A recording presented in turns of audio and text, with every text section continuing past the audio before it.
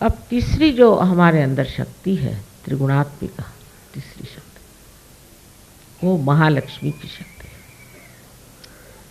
अब लक्ष्मी जी की पूजा तो अभी करके आए टर्की में, वहाँ गरीबी आ गई इसलिए, पर जब तक वो जर्मनी से सामान मंगाना बंद नहीं करेंगे तब तक उनकी गरीबी नहीं जाने वाले। कहले हमको उसी का अब टेस्ट हो गया। मैंने कहा वाह भाई, अब भूखे मरोगे तो क्या होगा। तो वहाँ मैंने सोचा लक्ष्मी जी की पूजा हो जाए, तो वहाँ हो गए, दिवाली वहीं हुई। अब महालक्ष्मी की जो पूजा है ये सिर्फ साधकों के लिए। जब लक्ष्मी जी का पूरी तरह से उपभोग ले लिया और बहुत हो गई लक्ष्मी, जैसे बुद्ध को हुआ था, महावीर को हुआ था, तो उपरति आ गई। और उपरति आने के बाद में वो परमात्मा को खोजने निकले। ये जो खोजने की शक्ति है ये महालक्ष्मी शक्ति है। अब महालक्ष्मी का टेम्पल है अपने कोल्हापुर में,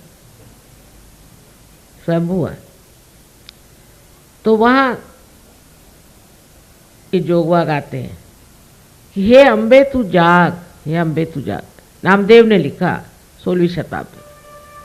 वहाँ के ब्राह्मणों से मैंने कहा कि महालक्ष्मी के मंदिर में ये क्यों गाते हो भाई, अम्बा जी का, ये तो अम्बा जी का गाना। पहले पता नहीं, अनादि काल से चल रहा है यही यहाँ पे गाना, जब से नामदेव हुए। तो अम्बा कौन है? कहले देवी है ना अम्बा भी। मैंने कहा आपको इतना ही मालूम? मैंने कहा कि आपको तो मैं नहीं समझा पाऊंगी, ये बड़ी मुश्किल है। फिर महालक्ष्मी के मंदिर में ही अम्बा जागती, वो कैसे? मध्य मार्ग जो अपना है वो है महालक्ष्मी का। उस मार्ग में आपकी सारी खोज लेफ्ट की, राइट की, बुद्धि की सब खत्म हो जाती है।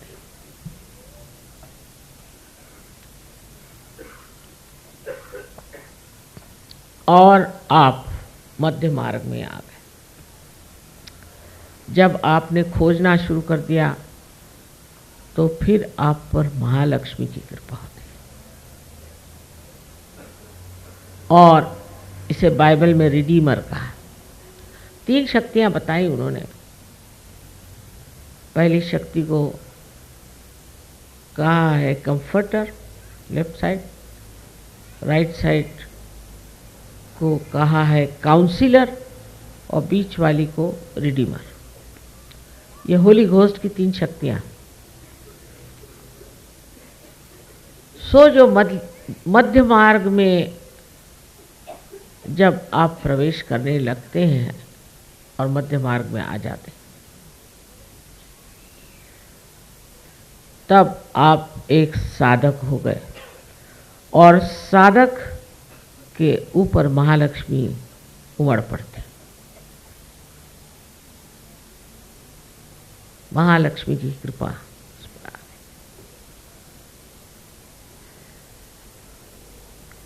महालक्ष्मी की शक्ति में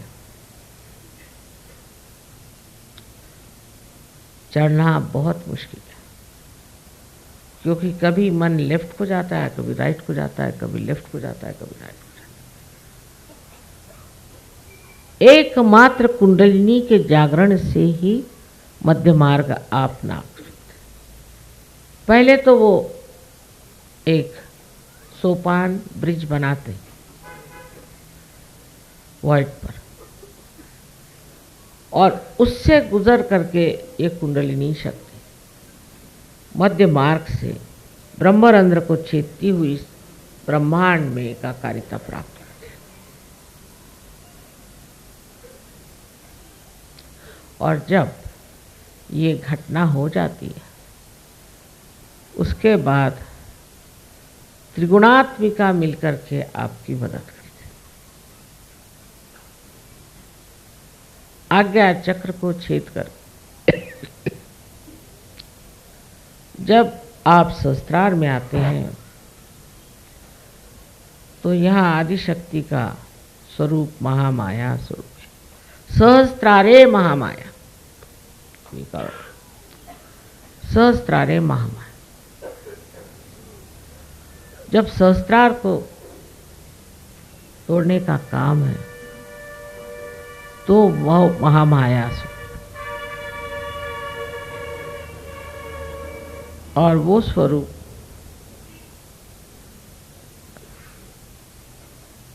बड़ा छिपा हो, बहुत छिपा हो, और जैसे जैसे उसे जानने का प्रयत्न करते हैं आप सूक्ष्म से सूक्ष्मतर सूक्ष्मतम हो जाते हैं। और ये सूक्ष्मता अत्यंत आवश्यक है कि हमारे अंदर जो कुछ भी गौरवशाली विशेष धन है उसको जानने के लिए ये सूक्ष्मता चाहिए। उसमें सिर्फ एक बाधा आती है और वो है आपकी लेफ्ट और राइट की खींच। इसलिए हमसे हमेशा कहते हैं कि अपने को आप प्रत्यक्ष करा कर, इसको इंट्रोस्पेक्शन कहते हैं। दूसरों को नहीं, अपने को। धीरे धीरे ये होने से आप सहज में स्थित हो जाते हैं। आप चक्रों के बारे में जानते हैं, आप महाकाली शक्ति के बारे में आज मैंने बता दिया, और महासरस्वती के बारे में और महालक्ष्मी के बारे में मैंने बहुत बार बताया। ये सब बताना रह जाता है जब तक साधक उस स्थिति को प्राप्त नहीं होता, उसे चैन नहीं।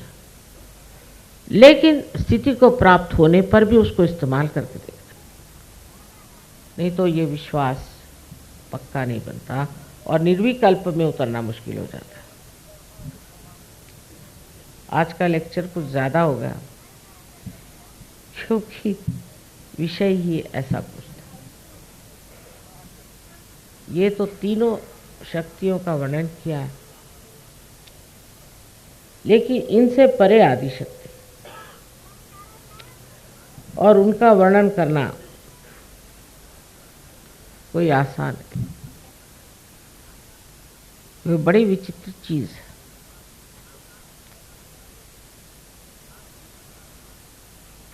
उनका वर्णन करना तो कठिन काम।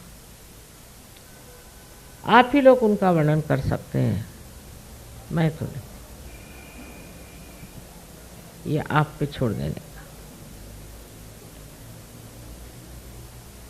सबको मेरा अनंत आशीर्वाद।